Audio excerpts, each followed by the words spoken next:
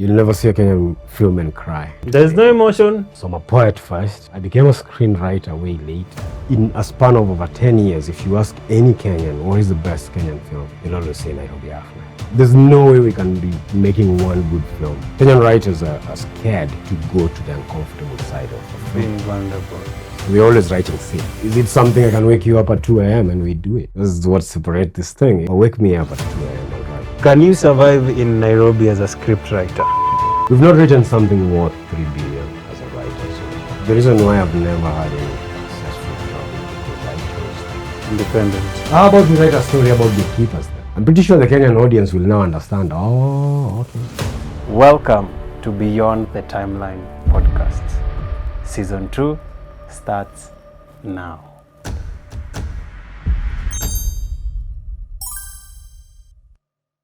So my name is Okoth. My name is Okoth Anthony. That's my artistic name too. I just go by Okoth, which is my actual name. Yeah. And yeah, I write. I'm a poet. First of all, I'm a poet. And if you look at the works I've done, they kind of revolve into that feel of poetry. Yeah. So I'm a poet first, and then I became a screenwriter way later after doing poetry for some while, yeah. So, But I have to mention, I'm not a performing poet. you're a writing poet. I'm a writing poet. Okay. So, at what point do you transition in this career journey of yours, right?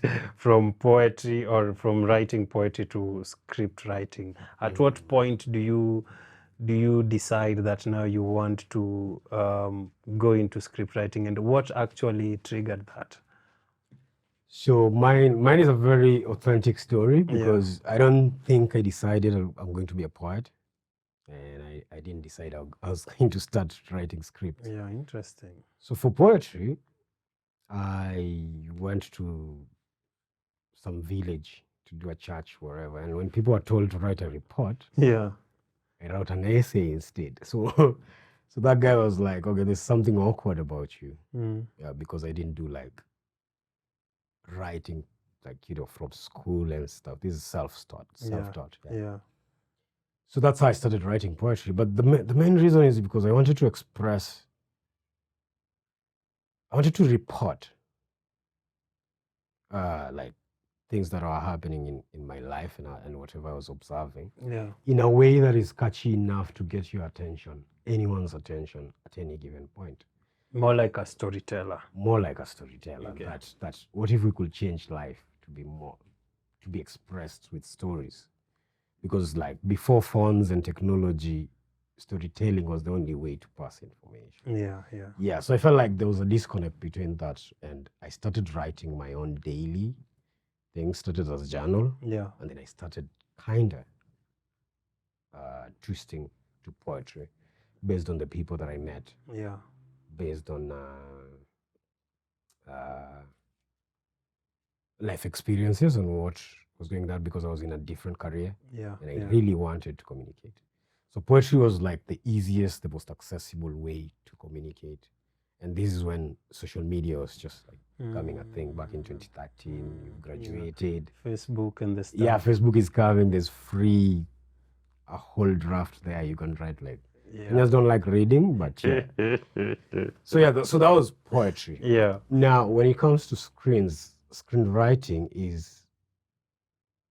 I really tried to watch Kenyan films. And what disturbed me is that in a span of over 10 years, if you ask any Kenyan, what is the best Kenyan film? They'll always say Nairobi After. It's Nairobi Half-Life. Yeah, okay. It's okay, yes, but there's no way we can be making one good film. Span of 15 years.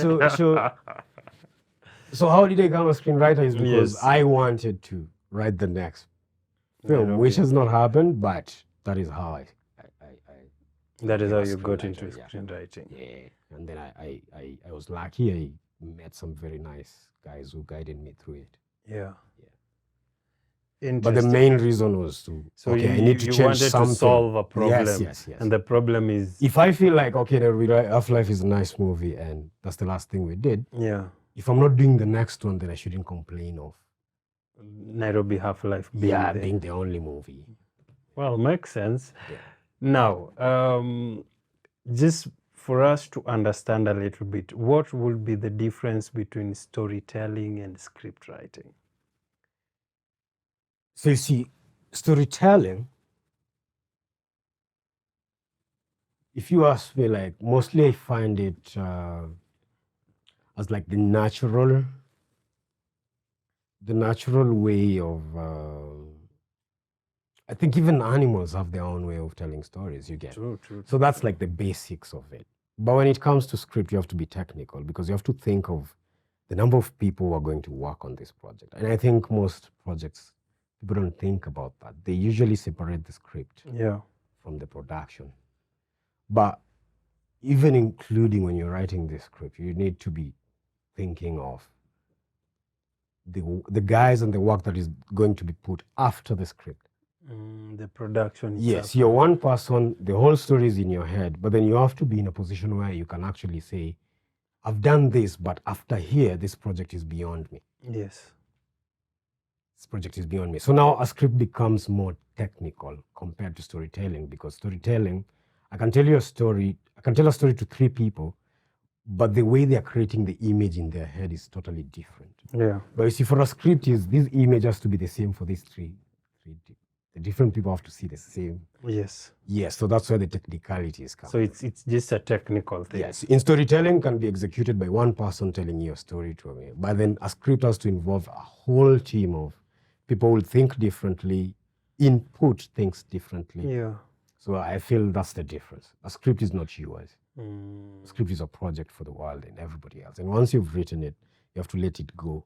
And all these people will chip in on how to make that story and the script come to life.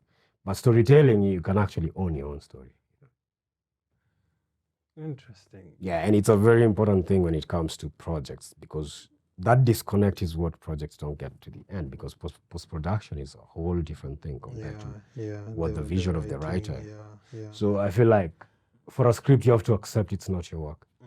Yeah. It's actually a common narrative that which is fact anyway, that editing is actually the second or the final writing of the movie. Yes. So actually, whatever the writer wrote still will have to be polished in the editing before now we are releasing the project. So like storytelling, you have and control your narrative. Yeah. But for script, you have to be open enough to let it go and see what other people are saying from the story and how it's impacting them. Because you're not making the script for yourself. Yeah. And the guys who are watching the first audience is usually your crew. Yeah. Now, if we go into this technical bit of not storytelling but script writing, there's a common thing I've heard a lot about Kenyan films having poor dialogue in particular. So specifically dialogue. So I have a question. Now, you as a professional writer, you have a blank page in front of you, right? How do you ensure that this film is authentically Kenyan without you just putting the normal Kenyan things like forcing Sheng language in it so that we just say, hey, this is Kenyan? How do you make sure that this is authentically Kenyan from what you're talking about in terms of the technicalities of writing there? First things first. Nani alisema writing ya Kenya ni mbaya? Nani alisema dialogue ya Kenya ni mbaya? It is out there. It is out there. I don't want to put anybody on record, but it is out there that our dialogue has a very big problem.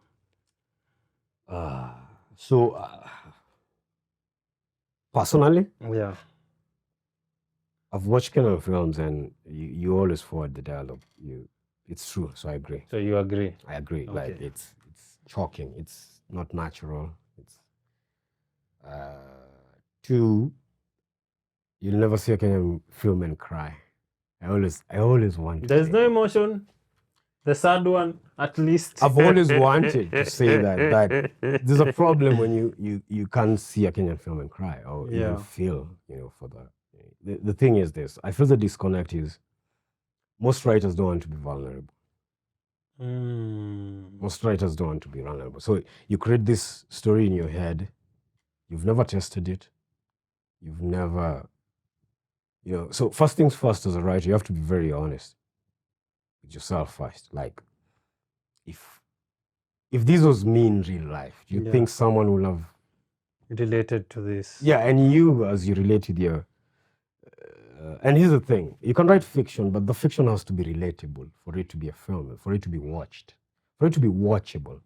The audience has to relate with something. Yes. And it's okay to relate even with like violence, and that's why Tarantino is a good when you hear Tarantino, you think of Inglourious Basterds, Kill Bill. Yeah. It's all violence. Yeah. It's all violence. So there has to be a level of relatability to real life. For you to get that level of relatability, you have to make yourself vulnerable enough to be in this position you want to write. And then you're writing for actors, which means you have an idea of what actors do and how they execute it. Now, you put yourself into that situation you want to write, and then check your dialogue. Then go to your friend naturally and actually try it. Test it. Will they answer the way you've written it in your dialogue? Okay. Because you see, as much as I want to introduce Shang into my household, Yeah. I'm pretty sure our mothers understand Shang. But the problem with our writers is it's fiction, yes, but in reality, is it applicable? That's what I mean by being vulnerable. You have to put yourself. If you're writing about a prostitute, you have to go to a prostitute and actually see how they'll answer. You see, you can be a Kenyan film writer, you're writing about church, and a pastor is speaking about, let's say, prostitutes. But then you have never been to a prostitute house, a whole house. The pastor has never been the whole house. Yeah. So you can be conveying the message, it's okay. But this is not how someone who actually has been a prostitute just say, yeah. It's not connected. It doesn't work like that. But you see, that's the thing. In the face of research as a writer, you have to accept it, to be vulnerable. You have to accept to be in those uncomfortable conversations. Yeah. Yeah. So if you ask me, the reason why you feel the dialogue is bad is because Kenyan writers are scared to go to the uncomfortable side of film. Being vulnerable. Yes. So we're always writing safe. Why do you think so? Is it the audience, or is it just because we are we lazy to go deeper? I think Are we scared of being vulnerable? we are scared of being vulnerable because being vulnerable is considered as being weak in our society. Yeah. Well, okay. Because I'll give an example of I don't want to enter into Kenyan music, but you see, even music is writing. Yeah. We all go through the same love situations in life, no matter what, experiences, where you are and stuff. Yeah. But if you listen to Kenyan films, all the men are like macho.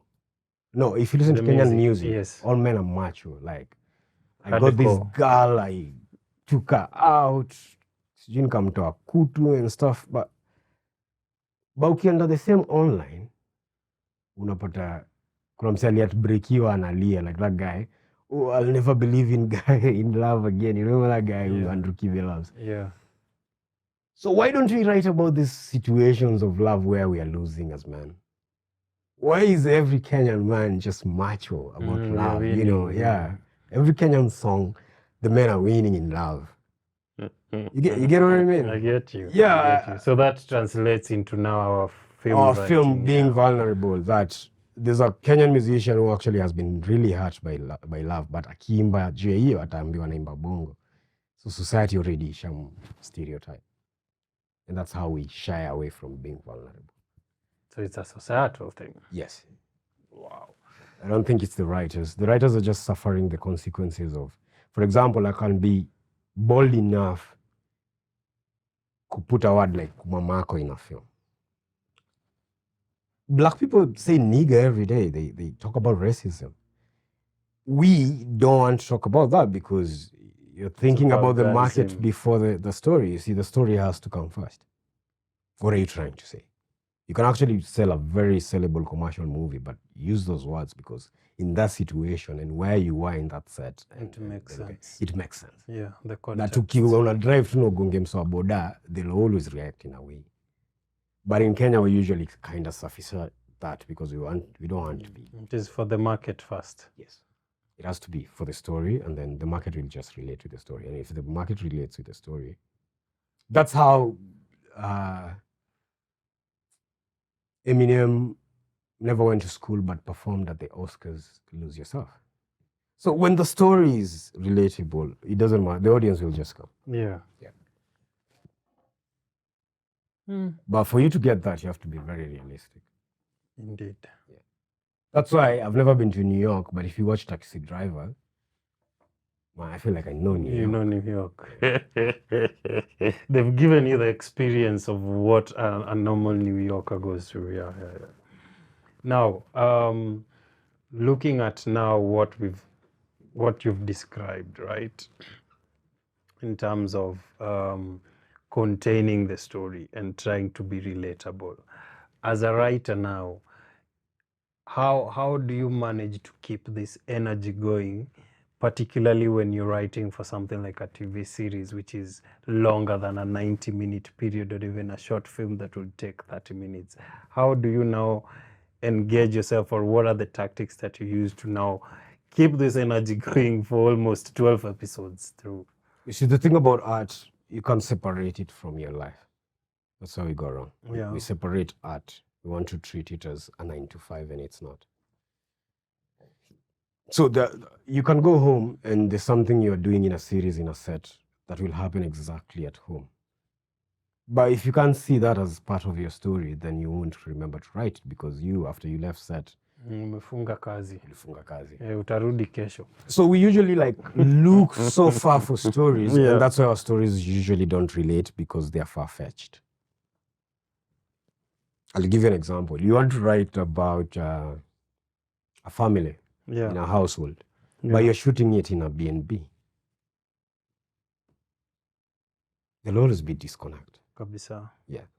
And that's why you find relate to the environment. You find in a film where, I'll give an example of such a scene and how writing is very crucial for the final and actually for the actors too. Okay.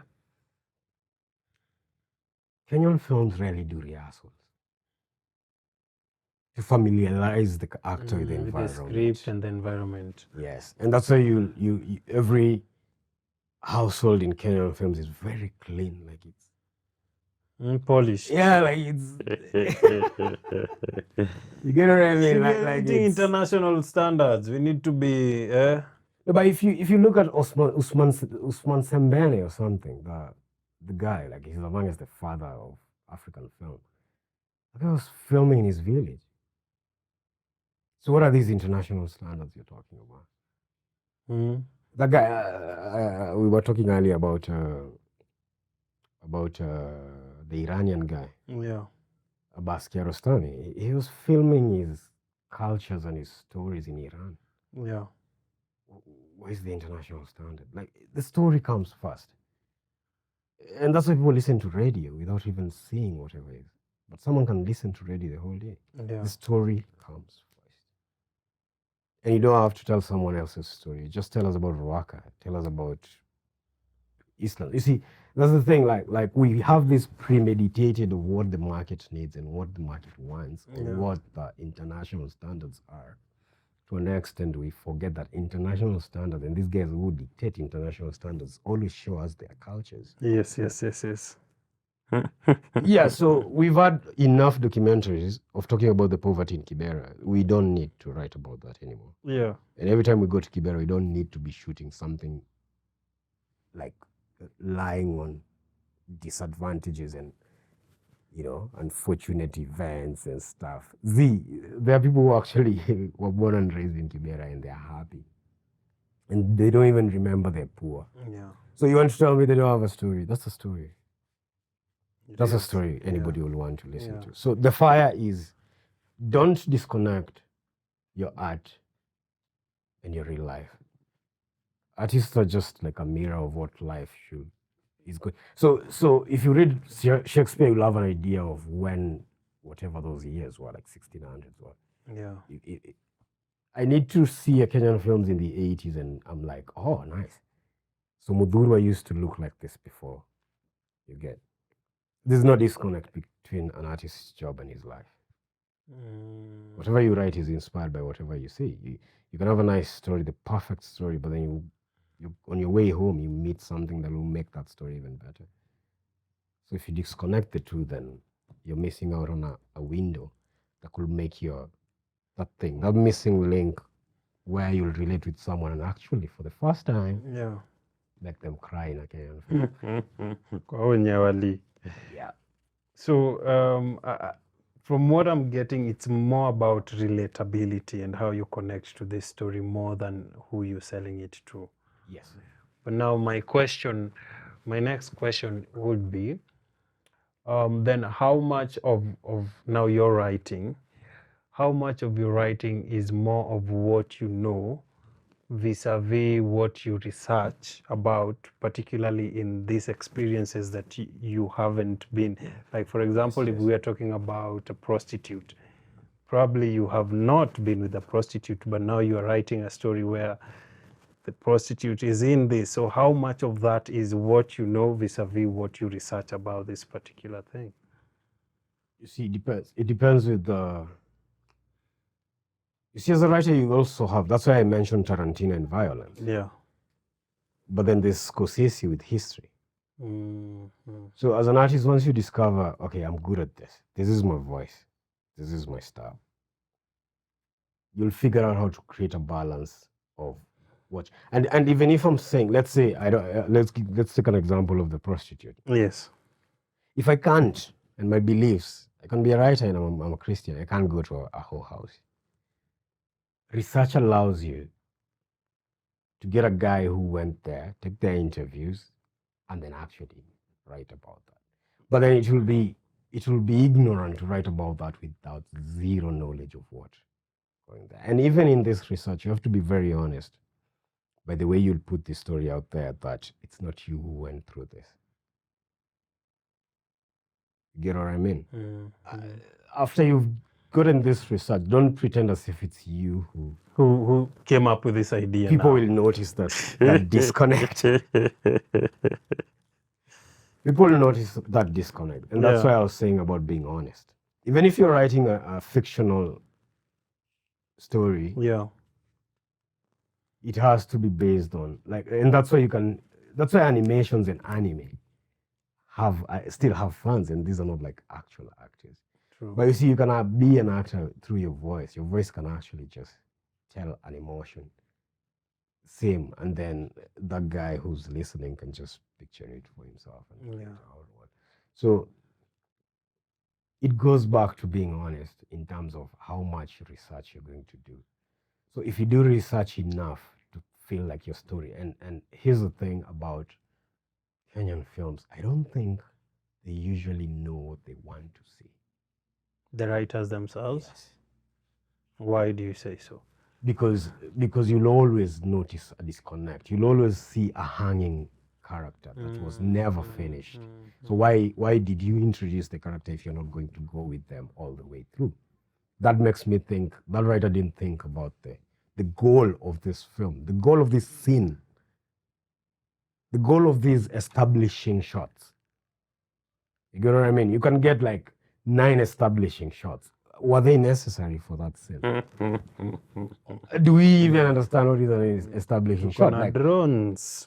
Yeah, you see, so that's the thing. Like you get a Kenyan film using drones where they shouldn't use a drone. Like that drone.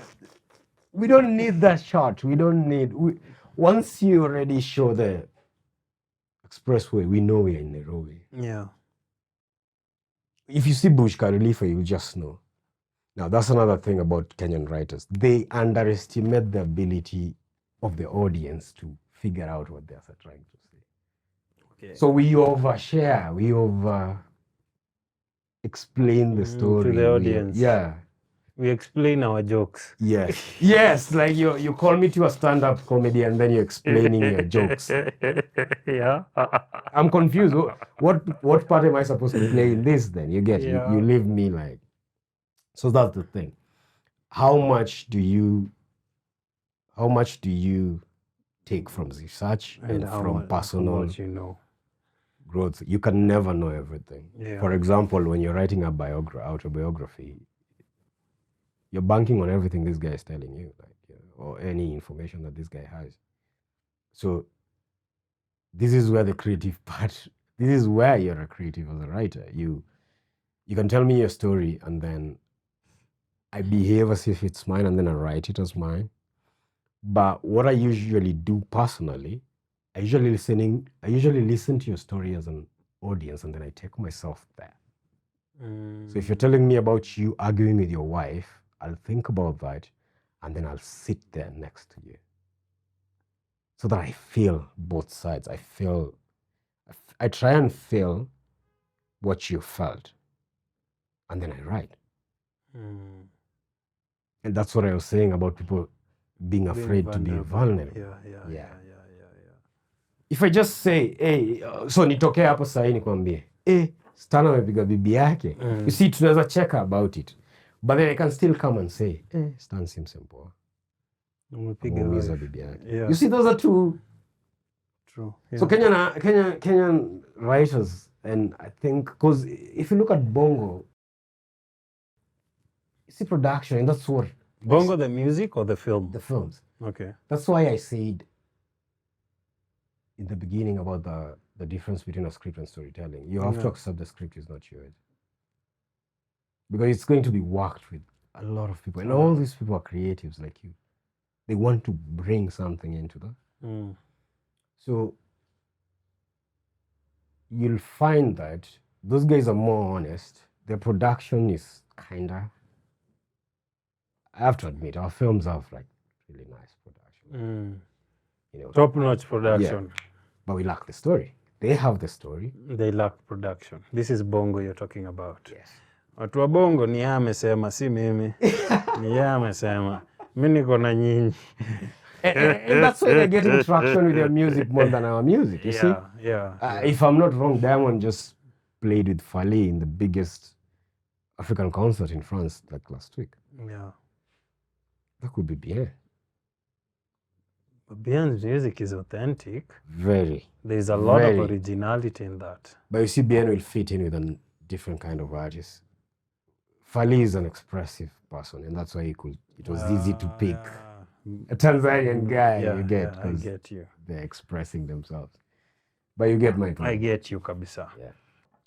We are coming back to this young and aspiring writers, right? So a conversation going on that I know of is that whenever there is this request for pitching, send your stories pitching, there's usually a fear of my story being stolen as a young aspiring writer. I suffer from the same. Are you serious? Not young people. So it's a legit problem in the industry. It's a serious problem. Like I'm really scared to share my work. How do we go around this thing? We're a professional. Now I'm a beginner. For me, nimeona there is pitching, and as a writer, I need to put my work out there. I need to get money to produce my films. How do I go around this problem? If you look around and we don't have like... Okay, this is another thing I really have to put it out. Yeah. Me and you saw KBC as the only station, like channel on TV, yeah? And it used to be like switched off at around 12 a.m. I love it now. 12 a.m., yes. So people forget that film in Kenya is as young as 25 years. Okay. It's as young as 25 years. Okay? So all these challenges were going through are authentic. At some point, we were going to go through this because we are a very young industry. Yeah. You know what I mean? So for someone stealing your script, for now all you can do is copyright your script. Patent it.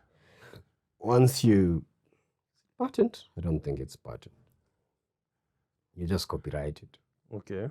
Yeah, like I don't think you can own an idea of a script you wrote. I think I'm not sure.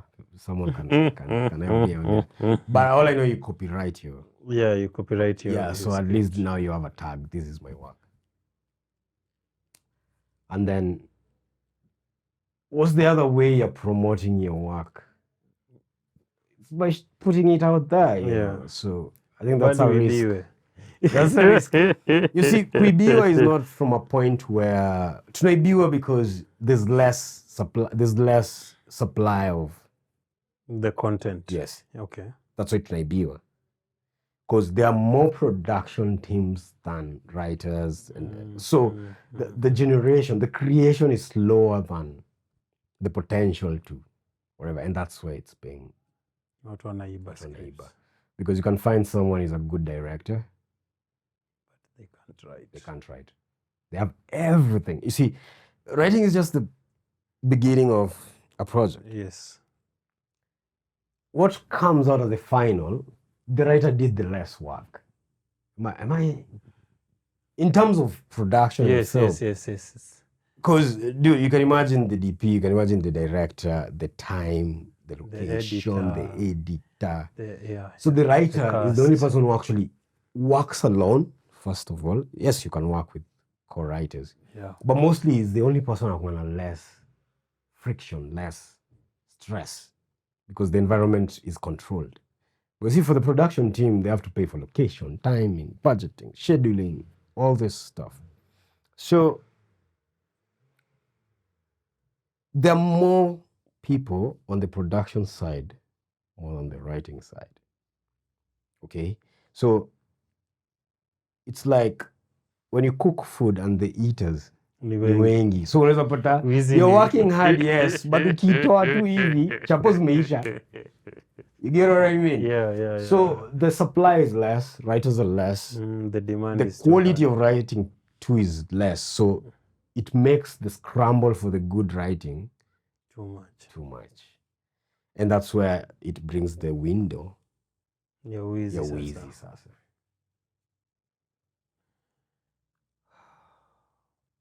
So I don't think there's a specific answer I can give someone to protect their work apart from copywriting it. Yeah.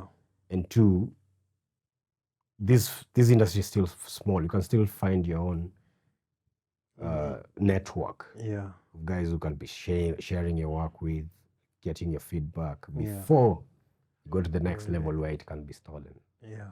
But you see, the good thing, if you have a community down here, when you write, you float it around your networks. By the time the big guy is stealing it, you have a bunch of witnesses who know that was your work. True. I think that's some form of protection too. Yeah. And talking about the big guys, for some time we've had these major streaming platforms around, and I'm talking about Netflix, the Maisha Magics, Showmax, and the likes. Them coming to invest into this young industry that we're talking about, has that changed our writing, or are we writing to impress the foreign audience, or are we bettering our writing for our own audience, being more authentic? You and I know how long we've struggled to even get our first work out. Yeah. So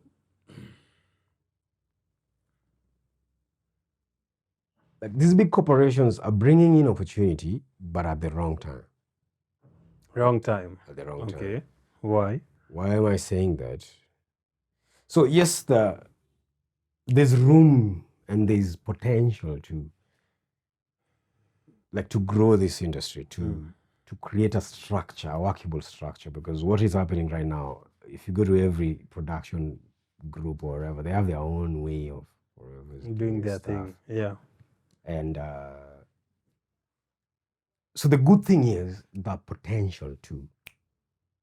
You see, now we don't have to grind so much for our first person to, our first film. Yeah. Because there's Netflix now, there's, the internet is there and stuff. But then the problem that is bringing is now the demand is being requested frequently and more aggressively. So nobody has time. Nobody can give you time to actually express that authentic art. Nobody has that time. Like, they just tell you, we have a budget, we need a movie by this. This is the deadline. So now that is what messes up the quality. So it's a good thing in terms of distribution, marketing, growth, and all that. But it's also hurting the story. And that's why you see, I was surprised, there's no single Kenyan film Yeah. with a review. With the review. You see how if you Google a restaurant, you can see. Yeah. Kenyan films, nobody comments. You're serious? Yeah, go and check. I will. Nobody says it's good, bad, what can be changed. Nobody gives a feedback. None. They don't have anything to say? I don't know. I think fellow creatives comment, but there's no the general audience that says anything about our films. They just watch. That is sad. Yeah. That is sad. If you want to know it's sad, most Kenyan general audience don't know the actual names of the characters they watch. So if they watch Sarah Hassan in this, they'll call her that character, and then. So when you're talking to a general Kenyan audience, they won't tell you that Stan Boniface did this movie. No, they'll say, hey, do you remember that guy who played JMO in that? Yeah.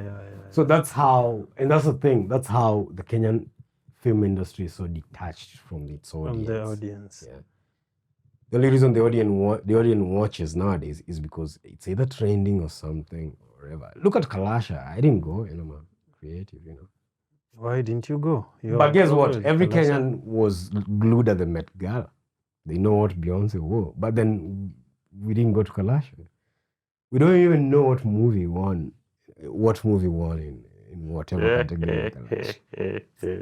So that's what I'm saying. Going back to how I said the writers too are being affected by societal. Yes. This is a good example. So it's the society. This is a big event. Even the president was there, but I don't even know a movie that was nominated for whatever. So who was nominating these things? Very sad. It's like creative create their own product, watch it, consume it, nominate themselves, award themselves, vote for themselves. Yes, because we don't have, and I can't blame the Kenyan audience because the story comes first, and if the story is disconnected, then you've lost everything. Someone just loses it somewhere. So Kenyan films, you can't say, okay, I know of one guy who says Kenyan films are bad. Who's this guy? Who is this guy? Tell us this guy. He's doing a good job. I'm pretty sure. We want to know this guy. Who's this guy talking about? He's a young guy. His name is Megane or something. So kudos to the guy. And I've seen his stuff. What are your thoughts? He's angry. I will talk to you directly, Megane. I will talk to you directly. Do you remember that song by a bass called Tuna Blazes? More fire. Yeah, that guy always say, pointing camera inside Gitch Boy and yendo naambia. So you're pointing at Megane. I will talk to him directly. Staki niongee kwa umati. I will talk to him directly. So yes. That guy is trying to explain to people that this thing has to be done correctly from the writing. Yeah. From the start point. If you miss the start point, umepotea. Direction imepotea. You can have the best equipment you can have. But we can always fix it in post. Yes.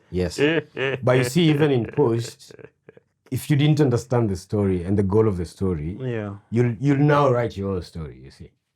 That's one. Two, you asked me about what the effect of this big corporation joining the film. Yes. they are dictating the story. So You can have a script, but then the production says, I want it R-rated. so basically what you're saying is we are writing for the foreign audiences, Yes.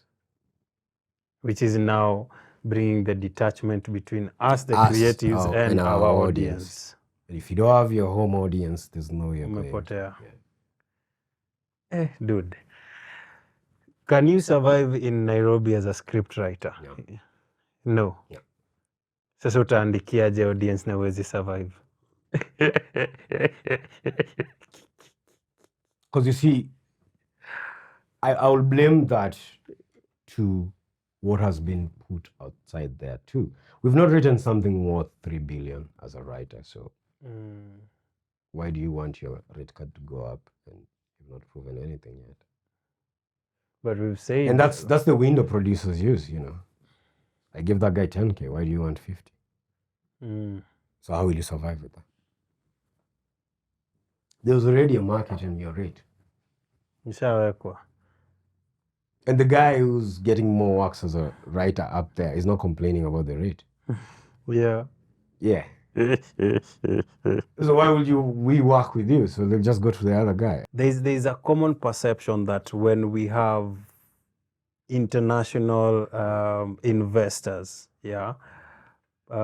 investing I might be wrong, but I think even Nairobi Half-Life was an international. That is why I was bringing it in this conversation. But when you have international investors, then most of our writers are more like ghost writers. They're swallowed, or they do the shadow, what do we call it? They're shadowing these writers, right? So when this film is out, how much of the intellectual property is... Yeah, how much do they own as an intellectual property? Is it a conversation they have, or how does it go? No, I've remembered what I wanted to say. Okay. We have to go back to... You see, here's the thing. As a writer, I'm coming up, I'll put all responsibility to the production team if my work doesn't make it to the screens. But that's unfair if we are still agreeing that this is a very young industry. So if it's a young industry, then also these guys are learning, you get. Two, we complain about gatekeeping, yet in 9 to 5, you can sign a contract up to 60 years. So let's say these gatekeepers got the work at 2000, and they were like mid-30s. Those guys are not retired yet. No. Yeah. So how about we kind of stop complaining too and kind of assess the situation and why is this thing not moving? These guys are also learning too. It's a developing industry. You get what I mean? The problem is because there's time. so much that has not been exploited in terms of Kenyan film. That so is much, true. especially with the locations. Yeah. If you check like all James Bond movies, it's bigger parties usually locations. But all our films are like, there'll always be a drone mini of expressway. And that's the thing. What's the flashiness with the Kenyan film? What's the flashiness? We are appealing to foreign audience. Oh yeah, makes sense. Yeah, we want to show them Africa is not what you think, lions and all that. We also have cities and malls and highways. No, but that thing is working well for tourism. Why can't we do the same thing? Like, good question. That's a good question, yeah? Good question. We need to see. Tourism are not trying to change Maasai's to, you know. Why can't we shoot like that, you know? Nobody goes to tourism and shows Maasai and then starts saying, you know that meme of African documentaries and how they start someone coming out of some dilapidated... Yeah. Mad house. What's wrong with that? What's wrong with that? Like, we see movies in the US from projects, Atlanta. Progression. Like, it's okay to show the status quo as it is without diminishing. But audience yetu, umesema vizuri sana. Societal. The societal perspective, because when we come back to films, I personally, as a filmmaker, I have close friends who tell me they can't watch Kenyan films. Close friends. And what they will So that means they can't watch your film. They can't watch my film. And my problem is, it's not about even the story in my films. It's just the perception they have about Kenyan Kenyan films. So you find yourself trying to explain to somebody, hapana, hii story yangu ni dope, you know, like, do I have to tell you? Ukisikia an international film is out, even you just run. You just run. you don't know the story, so long you as don't know Leonardo the logline. DiCaprio Yeah, umesikia tu there's a new still movie. stand goes back to what I'm saying. We are young, so we need to be kind to the audience too as creatives, because we have not proven to them that we can consistently get their attention. Until we do that, then now we can complain of our families not watching our films. None of my brother doesn't even know I write. I don't think he has ever even read anything about me. So you can't blame. You see, this is your brother, and you know, I'm pretty sure if I tell him, hey, you know what, I have a poetry reading next week, he'll show up. Yeah. He won't show up because he wants to listen to what I'm going to say. He'll show up because of support. Yeah.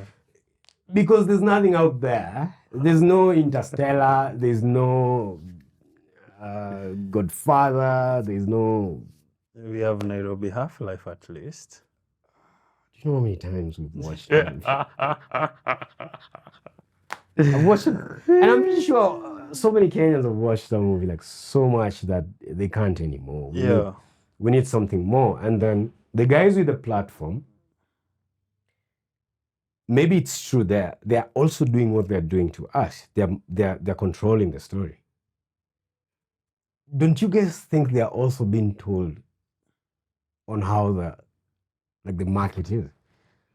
Like, don't you think the big corporations are telling them that we need this kind of movie? You get? But and that's why if you want to do another Nairobi Half-Life, you have to go independent or something, and then they'll see you and then maybe consider you. Yeah. But I have a feeling they're also being dictated on what kind of film should come out. Yeah. And being a young industry, we really need to be kind to them. And that is why I was bringing the question about the intellectual property. Because if you're dictating to me and I'm a shadow writer or I'm a ghost writer, then who owns this story now? The reason why I've never had any successful job is because I chose to be independent. Yeah, so you have to have that subconsciously. And once you choose that, then you shouldn't complain about the mainstream. It's unfair. We all agree it's a new industry. These guys, they're feeding their families with those jobs you call them gatekeepers for. Yeah. 3, the industry is not long enough to see these guys go, retire. Yeah, for other people. Yeah, they're not here. Like, look at the filmmakers who are here. Like, even the oldest actor is like 60 something, 70. If you go to the oldest actors in Kenya, they're like, we don't have like a Judi Dench in Kenya who's like 90 something. Yeah. Like a legendary whatever. Ojwang died.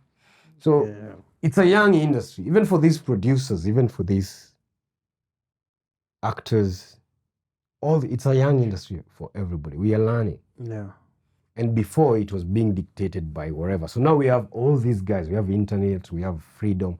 So how can we stop, playing victim and actually create stories with whatever? How about we write a story about gatekeepers then?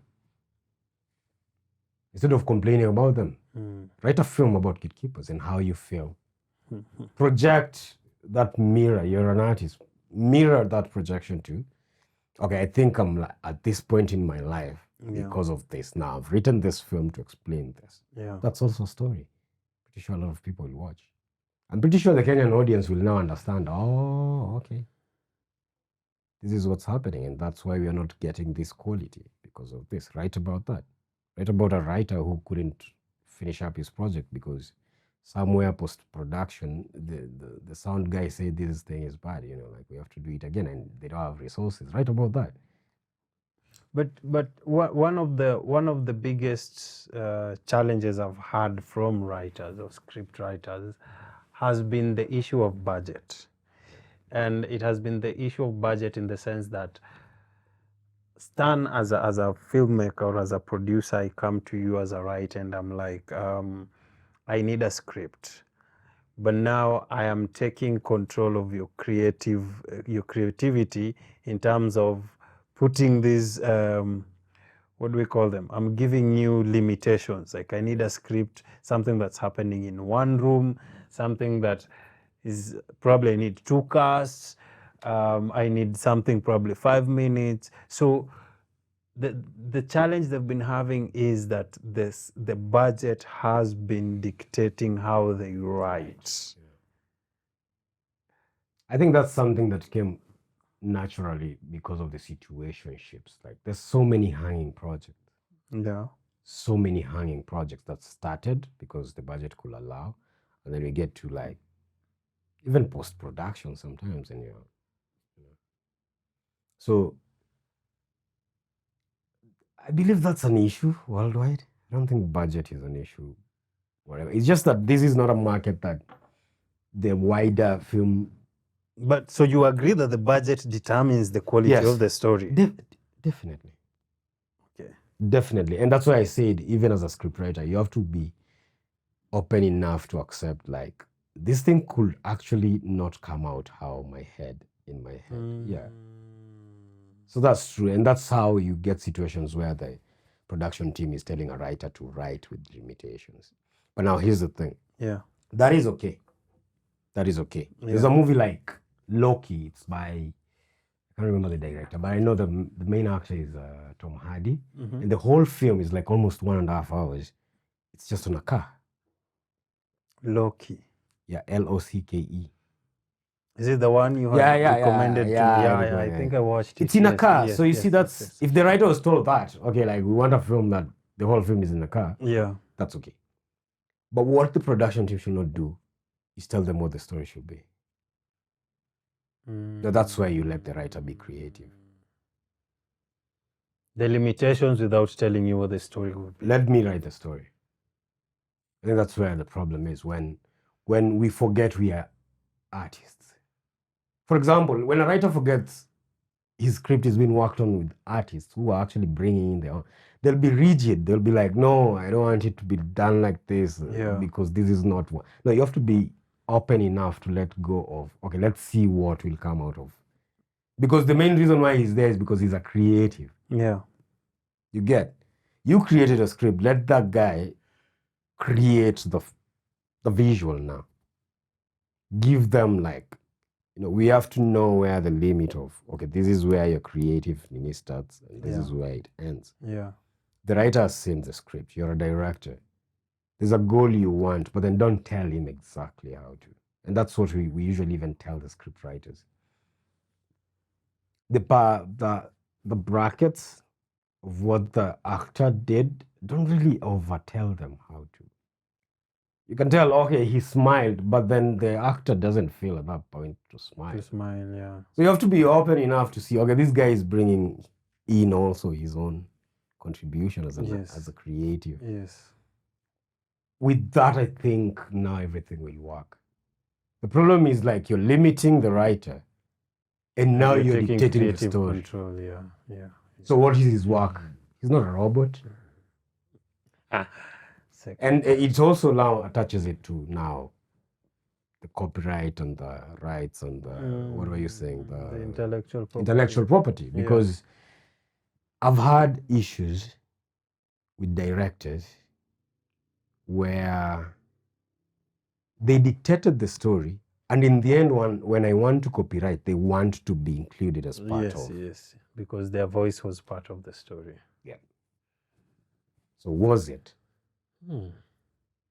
That's tough. If that was the case, then the actor will also want rights, because okay, you said I act like this, but I acted like this. Yeah, I did my style. I used my own. Yeah, so I also want the credit. You get, so I think Kenya needs to reach a place where we accept, okay, this cinematographer is good at what he does. Yeah. And I have to trust whatever he'll come up with. If my theme color was red, and the colorists feel like, I think this story feels blue, you have to be in a position as a creative to trust. It'll work. Yes, blindly. Yeah. Blindly.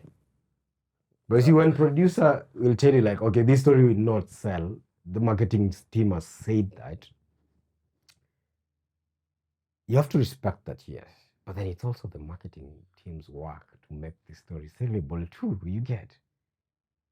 So what works? Here's the thing. Kenya, I don't think Kenya have reached a point where we can control a huge amount of people and actually manage to be professional about it. Really? Yes. That's the problem. The crew is a very big team. Yes, very. 50 to 100 Yeah, and I think creatives in Kenya have an issue ya kuambiwa. cha kufanya. Yeah, or being directed, especially the crew.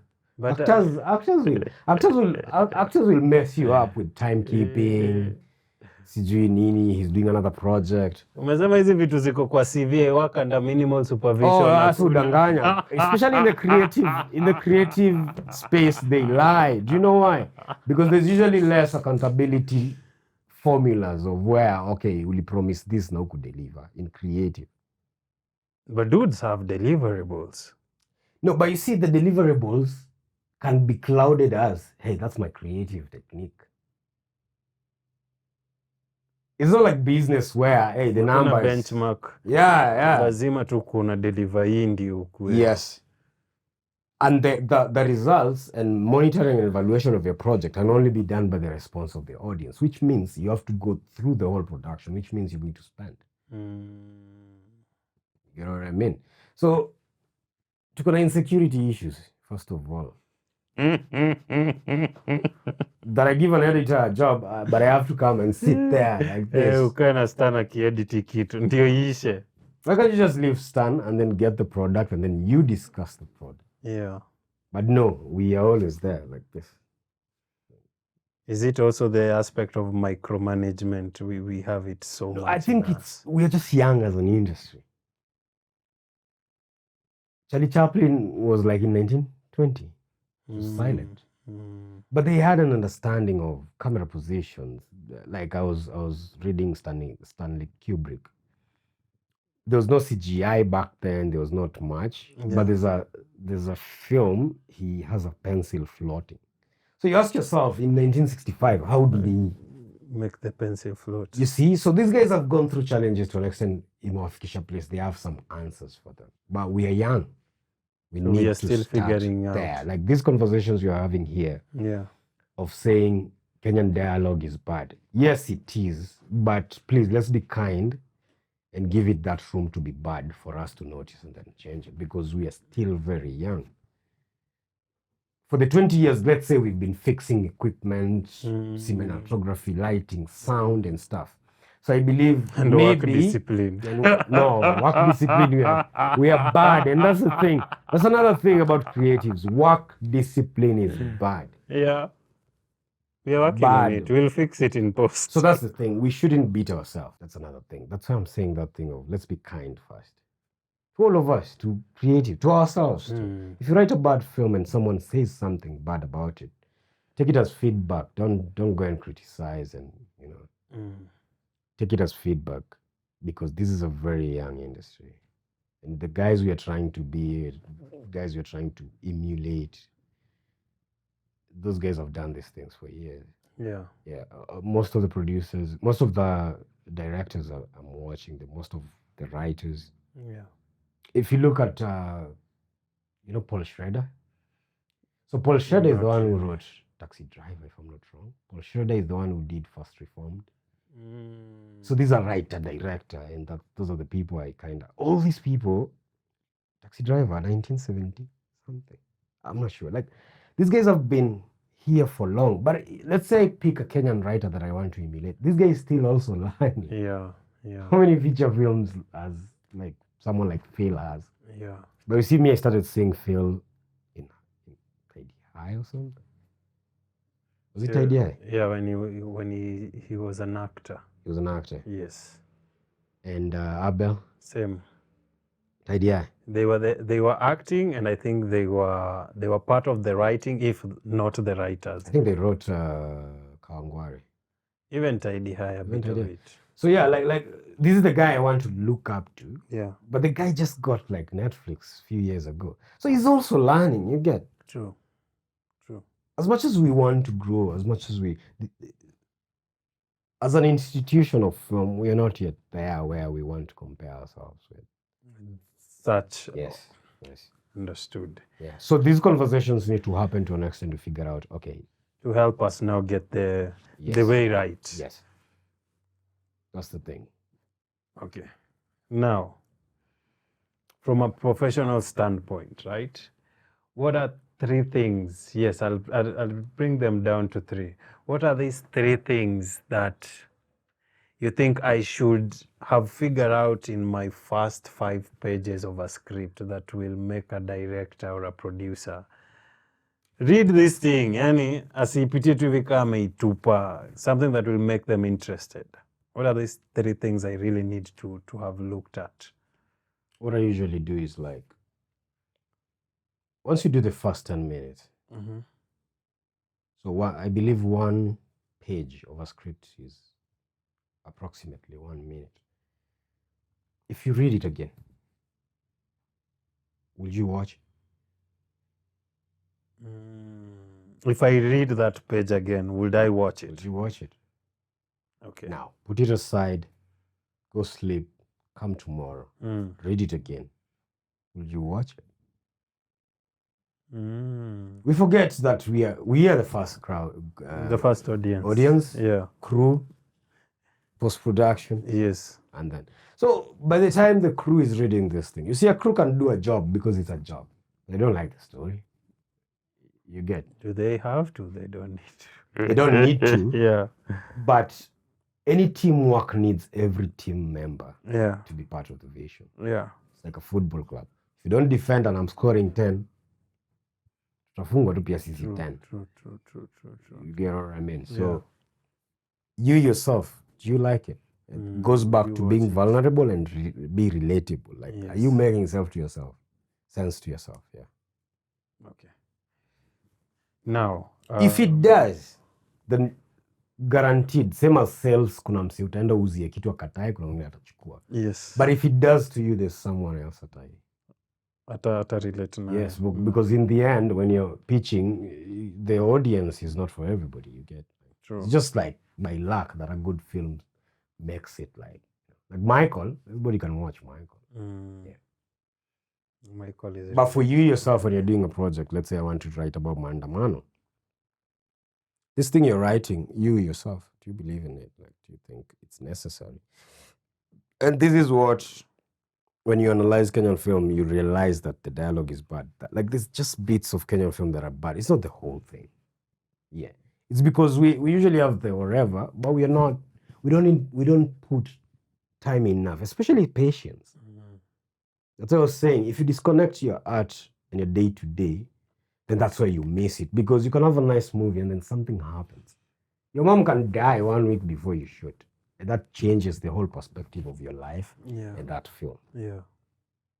And how you see that story. So you want to tell me you'll shoot that story like that? No, me, I'll stop that film and then put in this thing that has changed my perspective. And that thing that changed your perspective is now that thing that will connect with the next person who will watch that film. Nakupata sasa. Yeah. But if we can just solve writing from a point of, one, why are you writing? Yeah. You see, even if an institution can come and tell you, you know what, we want to write about refugees. You've never been a refugee. Please do research. Do research. I know rape is wild, but picture yourself into that. That's what writers don't do. They don't want to be raped. Go sleep under a tree and feel the fear that a girl feels when someone is just like, make yourself uncomfortable now. And then when you go and talk to a rape victim, it will be easier now to have like the authentic feeling of you relate. Yes. But you have to allow yourself to get there. Well, allow yourself to be vulnerable. That is what Anthony is telling us. I think if you ask me, that's the epitome. Yes. Of our writing problem. Allow yourself to be vulnerable. Yeah. Those are the things I look at to get the attention of our. And another thing, filmmakers, please watch films every day. Okay. Filmmakers don't watch films. So Tuna shoot, tuna edit every day. No, but you Tunawatch saa can't. ngapi? You are always even a footballer practices. Camera angles. There's a way you can. Kenyan films. You can find a scene has 6 establishing shots Yeah, and then 1 still shot for the actual. thing. Yeah. Yeah. For example, why do Nigerians show us when they're opening the gate? See, that's another thing about writing and disconnection of writing. Mhm. You're writing a script. I'm here with you. Yeah. I'm telling you, yo, I'm going to see James. Yeah, just take me to James. The audience already know you're going to James. They don't need to see James's gate. Just some extra expenses of the shooting guys and whatever. We are going to James. Just go to James. Always stick to the story. Utaki safari naingia kwa gari. Let me give you an example. I'm going to James, and then you feel in a Kenyan film, unapata kwa James, the guy who's going to see James knows the chapo lady outside James's, or the Mahindi. This guy talking to the Mahindi person before entering to James is unnecessary. Please, Kenyan filmmakers. Tuende kwa Jemu. Si tunaongeza time. Stick to the story. So you're adding an extra character, Yeah. an extra location and setup Yes. for a high. Subtext. And then Before we these get are the to the characters main. I told you in Kenyan films, you find them hanging. So why did you introduce them? Let me give you an example. I hope we won't be. There's a film that came to Netflix. It's called Disconnect. Tosh Gitonga. Kenyan film. Yeah. Okay. I hope See- you have no problem with Tosh. No. I I have no problem with any filmmaker because I've said we need first to be kind to each other. Yeah. Yeah. Mhm. We're all just learning. So I kind of had an issue wrapping my head around the purpose of this movie. You are disconnected. So literally. here's the thing. I Yeah. kind of even created an excuse for the title. That what if the writer meant to write something disconnected? Probably that was the main reason. Apparently, from what I've gathered, no, it wasn't. That was a film. Like it was a complete film. But if you watch the film, have you watched the film? I've watched it. Do you agree it's disconnected? It is. Half of the characters is. in that film, I would have. It is They disconnected. wouldn't have passed the second draft. So I'm asking myself, is it, and if you look at the cast, and that's another thing we need to talk about. I can write a nice script, but then you're casting. Yeah. If you look at the cast, they are all kind of superstars with big wherever. I'm like, profiles. Yeah. was there an audition to Kweli for these guys? Like, do you Tauliza Tosh. think there was an audition? Tauliza Tosh. Tauliza Tosh. There's no way a genuine audition can have all stars. Like I've seen all stars in You film. think? Probably it's. What I'm saying is this: we have to write wholesomely. The goal has to be that picture in the screen. You can just write and say production will fix whatever I am. That's one. And two, there's this habit of Kenyan filmmakers shooting the first draft. Come on, just send it to like even your friends, like 7. Send it to your mom. She'll see something. And that's why we were saying that with the Kalasha or whatever. Festival. Yeah. Yes, that it's something organized by creatives, movies watched by creatives, Voted by creatives, Awarded by creatives. awarded by creatives. You get what I mean? Look So at you. we have to be wholesome. What is the goal? Even a scene, how the guys who taught me in film, what are you going to say in that film? So if that scene is going to see GMO, then just go to GMO. That was the purpose of that scene. Hii shenanigans ya kutuonyesha Mercedes, Mahindi, sijui nini. unnecessary. You can show Kenyan culture. I'll give you an example. If you watch Sopranos, the opening scene shows you the whole of Jersey. I've never been to New Jersey.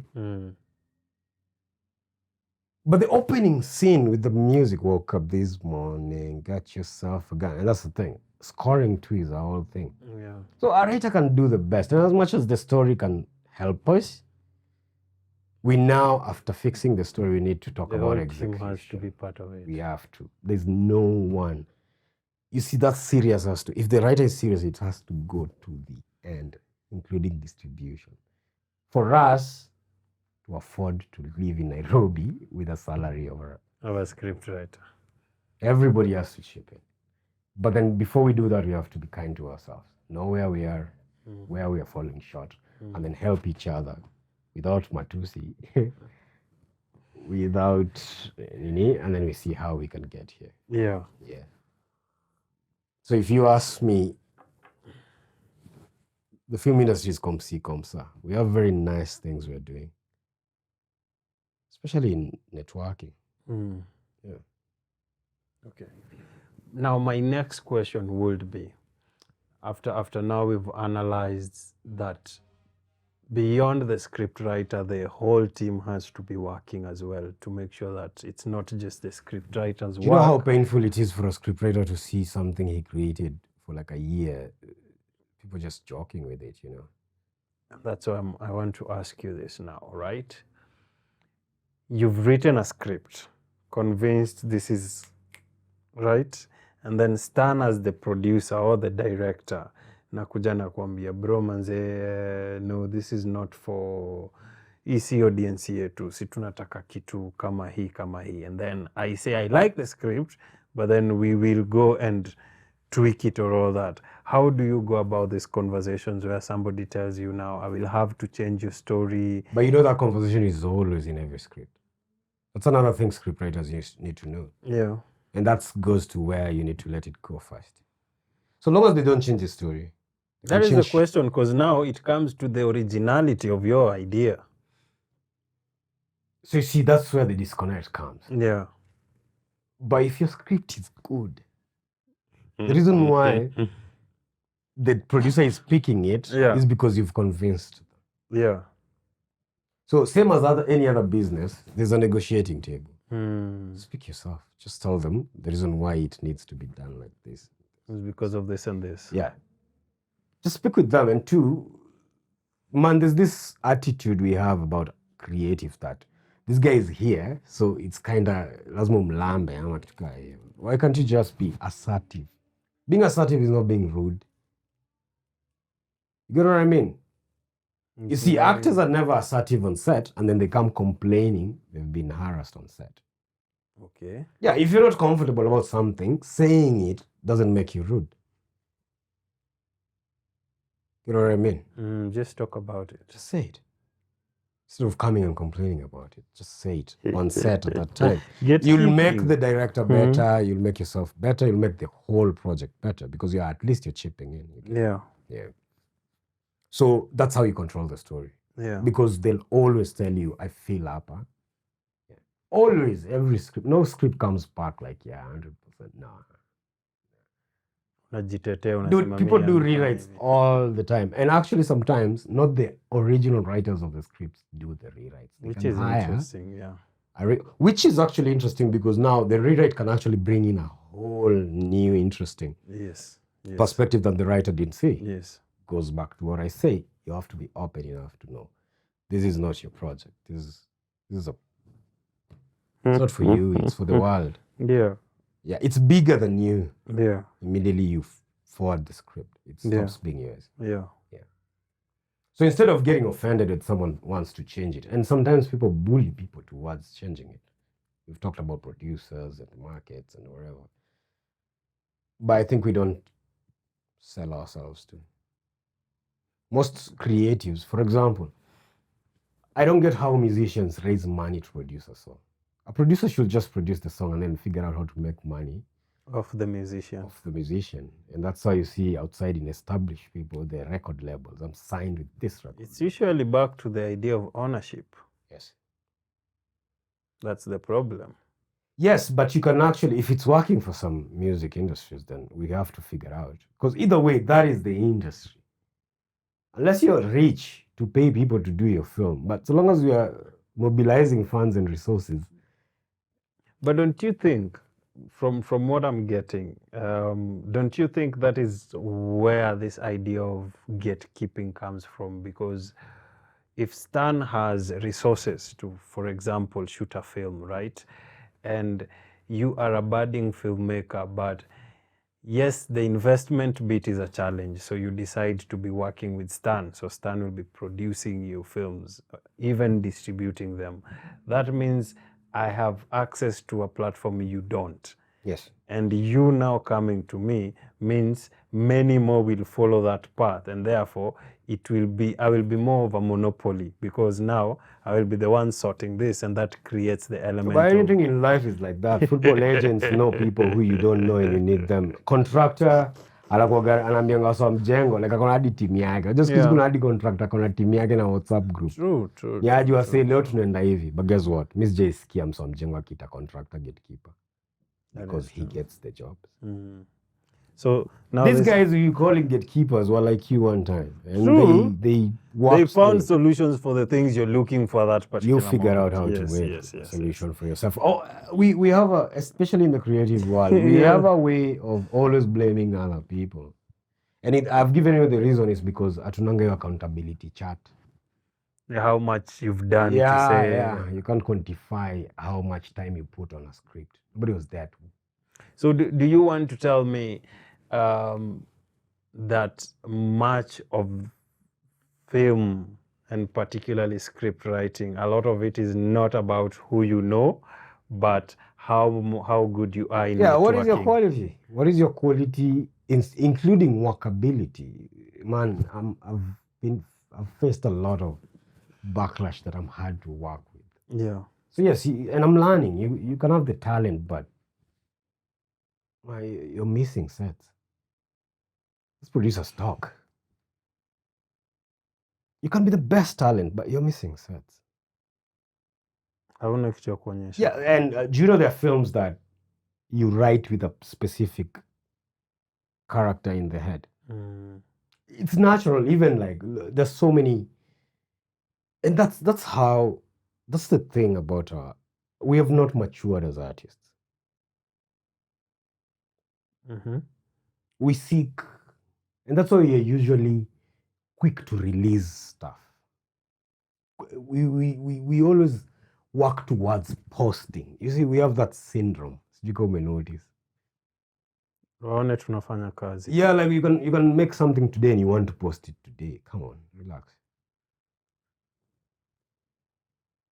When Michael Jackson died, there was like how many songs he had not like released. Kibao. Yeah, you can just work and it will give you time to review, give you time to improve. But how do you learn from your mistakes if you don't release them? No, you'll release them when you feel you're ready. But then I've told you an example where people shoot the first draft. It's wrong. There's a reason why there's usually like a reading table. Yeah. Do Kenyan films even have like a reading before? For me, at least the films have been part of independent, so had, yes, we dictate how we are going to. Yes. But now I'm talking about these big productions. Productions. Do you think they usually have like? I'd imagine probably they are not up to standard in terms of how regular they can be, even the rehearsals. But the films I've had, the rehearsals are there, but they're just to brush through. They're not taken as seriously as the production itself. You'd find that we're having rehearsals 1 or 2 days, and then we are going to shoot for a whole week, And even when we are shooting, you find that we still have challenges that we actually needed to have sorted in rehearsals. Now, was this the reason why I'm saying this is like, was this obsession of shooting continuously and then releasing it? You see, you can actually shoot out like 4 years. Yeah. There's a director called Terrence Malick. He did Tree of Life. Yeah. And I think 12 Years as Slave. The one by Lupita. Yeah. So the director is called Terrence Malick. Yeah. So Terrence Malick, a movie like Tree of Life, I believe if I'm not wrong, he used the whole film natural lighting. So you can imagine how many months this guy shot. So you want to tell me when he was shooting this film, I believe, if I'm not wrong, I don't want to be whatever. Yeah. I believe Tree of Life was shot with a lot of years. I think more than, I don't know, we can Google. But it wasn't like a continuous shoot. Yeah. You want to tell me Terrence Malick, while he was shooting this, he wasn't working on other projects? You want to tell me when someone is shooting like a series, he's not working on other films? I think he does. Exactly. So what's the obsession of Kenyans shooting and uploading? You can actually work on a project for like 10 years. Good job. Yes, but it beats the goal. What is the goal of why are you making the film? Yes. Back to that question. Why are you making why are the you film? making the film? Mm. So in between these, I think the reason why we are quick to post is our reason for making films is for financial reasons. We are selling it. Yeah. We're not telling a story. Yeah. So we are telling someone's story under someone's circumstances. Yes. So see, that's and also a genuine reason why our writing is bad. Yeah. So when Megane is saying, no, Kenyan dialogue is, you have to understand why and what can we do about it, you know. You can't just keep bashing people, you know, moving forward. One genre or subject you feel the African film has not explored enough yet? Our own story. Our own story. Our own story. I want to see a Kikuyu film that is at the level of Nairobi Half-Life, but pure Kikuyu. Yeah. I want to see a guy who grew up in. I want to see a Kenyan film that highlights people like me, who I have a strong Luo name, but I don't speak Luo. I exist. Nobody talks about that. Why can't we tell our own stories? Even our own heroes, Mekatilili. Yes, our stories. Just say our own stories. Yeah. Sisi, what are we? Like, I want to feel, like I said, I want to feel I know Nairobi and I've never been there. Yeah. It's a genre that we have not done. We have not been true to ourselves. We have not let ourselves be vulnerable. We're showing Kibera at a point of, from a tourist point of view. Yes, from a tourist point of view. It's not sad to be poor. It's not. A 10-year-old in Kibera doesn't know they're poor. They're not even sad about the situation. They don't even care. And that's why you can see a movie in India of poor people, but you won't feel pity for them because that's not the goal of that scene. Yeah. But every time we go to Kibera, you already know the goal is like, oh, some guys. And that's why it's so boring to watch Kenyan soap operas, man. No offense to the series, but there was a question. This is just an AOB, but there was a time I was having a question with a friend, and not a question, a conversation, and he threw this question to me that why is it that so many Kenyan films that are coming out are just about a poor lady meeting a rich guy? So that's what I was saying about Kenyan soap operas. Yeah. You see, even Mexican soap operas, that was always the end goal. That is soap opera. Yeah. But in between, we have to be realistic. We have to, we make, here's the thing. I once saw a film in Kenya by Sarah Hassan. I can't remember the name. Sarah Hassan, but the main actor was Sarah Hassan, and that guy called Lucarelli. Some nice looking good dude. Lucarelli or something, he's Luo. Okay. And then there's a scene where they're seated in the car. This is like half the movie. But Q, it's a romantic movie. And the guy says, I think we have chemistry.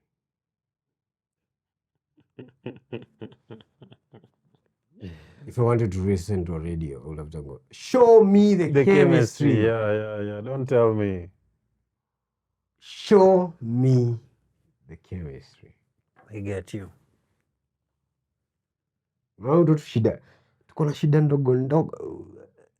film industry has like some very tiny writing problems. Yeah.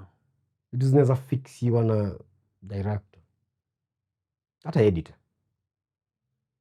But it's the way we tell our stories that is just normal. So how about we start telling our stories? Nice. No genre, no nothing. Can we just first of all, who are Kenyans? Nigerians have Pidgin and whatever they do. Bongo have Swahili. Ugandans don't care if you guys listen to their songs or their films. But that's who they are. There's this guy who won, the guy who did Parasite. Won Oscars. And they say you'll enjoy so many movies if you just start reading the subtitles. So you get in tune with what this person is talking about. Yeah, you guys are just missing out because you're saying, it's a Chinese movie. Bro, Japan has the best. Dude, look at anime. Even Koreans. Iranians, the Koreans. Yeah, I do agree. So we are imitating America, but who are we? Who are Kenyans? Yeah. South Africans have walikuwa na hadi na kwaito. Now they have a mapiano. Si tuko na Gengeton. But you see, how does I can still play kwaito, and but how comes our things are seasonal? That if we are playing Kenyan old school, we'll go to Isa instead of 2010. What is this? What is this? So the last authentic Kenyan thing we had was Akina Isa, Akina Mzee Juang. We had a problem with the transition.